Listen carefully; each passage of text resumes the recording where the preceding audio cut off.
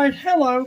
I've gotten sort of a jump on that. We're going to go through this. I'm doing today a quick and afternoon something simple you can do for supper if you got a family of four, and there'll be leftovers. So let's do a ground beef goulash. I'm going to go over here with you. I've already started my ground beef, but I wanted to walk you through the last steps of it. Then we'll go through what's in my pot. Let's see. I have actually in my pot 2 pounds of 80/20. That's quite greasy, but I won't use the oil in it. And it's just about where I want it to be. You want it literally as brown as you can get it without burning it. And I won't use it all. I will put some, pull it off and put it back in the freezer bag to use in another soup.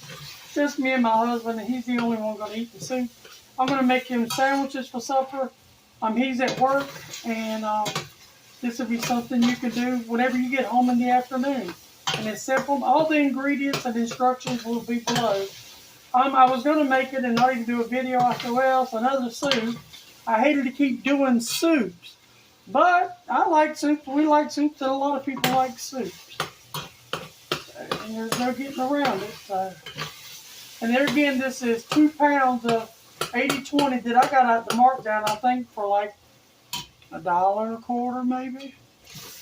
If even that, because it was in a 5-pound tub for like $4. Maybe about $1.25, yeah.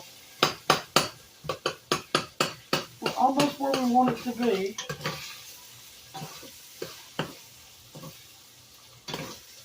And then I'll move you over here.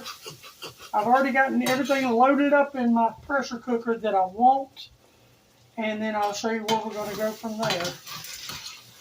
And this is something simple. Browning, you could actually brown the hamburger meat in the pressure cooker if you put it on saute. And then you drain the hamburger meat, leaving just the meat. You do not want the oil in the soup at all. And you could do this entire thing on the stove. It probably would take you 30 minutes on the stove maybe, because first you have to brown your hamburger meat and drain your oil, your excess oil out of here. And you would only use a pound of hamburger meat for this. That's what I told you. I just had this in 2 pounds. And you would add everything to it after you browned your meat and your seasonings and all, and let it boil. And then you would add your macaroni last. You wouldn't want it to boil the whole time. Okay? Alright, I'm going to slide this off because it's where I want it to be. I'm turning that off. Now, I'm just going to get some of this hamburger meat out, and then I'll deal with the rest of it off camera. Whenever I put y'all on break till we come back. Let's see, I want to just get half. That looks like about half. Alright, I'm going to bring you over here with me. Hold on 1 second. Used to taking you that way. Alright, now I got my hamburger meat I browned 1 pound. Let me get my spoon. Alright, in my pot I have got 3 quarts of water off the top. I've got 1 can of drained and rinsed mixed vegetables, 1 can of diced tomatoes, juice and all, 1 can of beef broth, everything in the can. I've got Knorr's beef bullion. I've got minced garlic.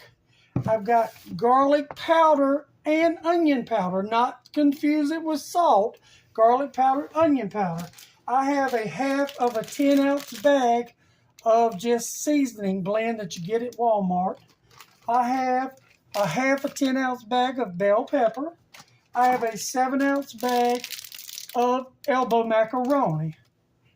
All right, now we're going to put our hamburger meat in here that I browned, and it's not greasy at all. I left the grease in the bowl to deal with.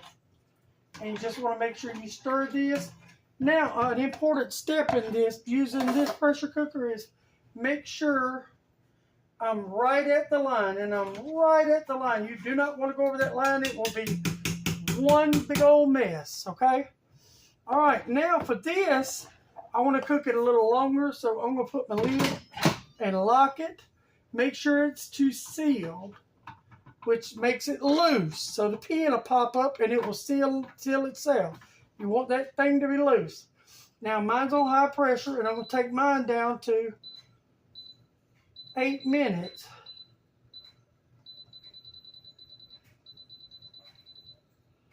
And start it. Now I'm going to take care of everything, and I'm going to clean up my mess and get rid of all this stuff, and I'll bring you back and we'll look at what it looks like when it comes back and see how it looks. Alrighty.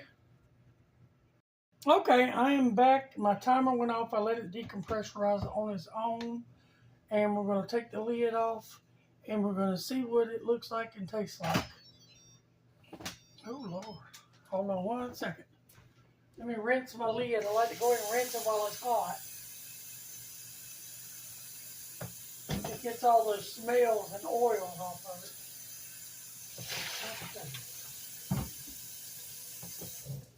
of it. Not so much worried about the croft because I wash it and dry it. Excuse me. Oh, that's heavy. That is really hot and really heavy.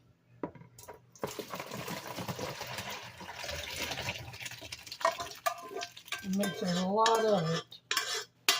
Give me just a second. Let me set this here. All right, as you can see, and the one thing I did forget to add was a can of red beans, which is not a big deal. But I'm gonna bring you closer and bring you down so you can see it. And then we're going to taste it. But I'll include the can of red beans down below. So you'll be able to add it to yours. Because the red beans are good in it.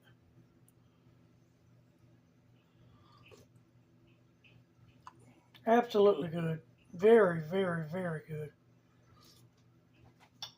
Sure is.